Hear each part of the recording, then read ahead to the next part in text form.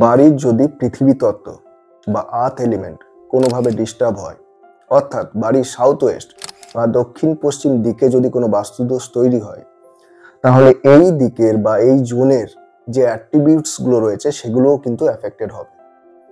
এদিকে বাস্তুদোষ থাকলে কি সমস্যা হতে পারে? এদিকে বাস্তুদোষ থাকলে বাড়ির যে ফ্যামিলি হ্যাপিনেস বা ফ্যামিলি হারমোনি সেটা কিন্তু নষ্ট হতে পারে, বা ম্যারিটাল প্রবলেমস আসতে পারে, ফাইন্যান্সিয়াল স্টেবিলিটিও নষ্ট করে দিতে পারে।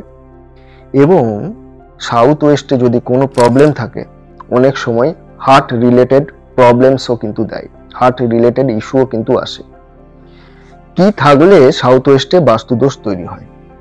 সাউথ ওয়েস্টে যদি টয়লেট, কিচেন, বাথরুম বা বোরিং বা কুয়ো বা আন্ডারগ্রাউন্ড ওয়াটার ট্যাঙ্ক এইগুলোর কোনো একটা যদি থাকে, ইভেন এইদিকে যদি অ্যান্টি কালার থাকে, এইদিকের রুমে যদি অ্যান্টি কালার থাকে, যেমন ব্ল্যাক, গ্রিন বা ব্লু, এই কালারগুলো থাকলেও কিন্তু এদিকে বাস্তুদোষ তৈরি হয়।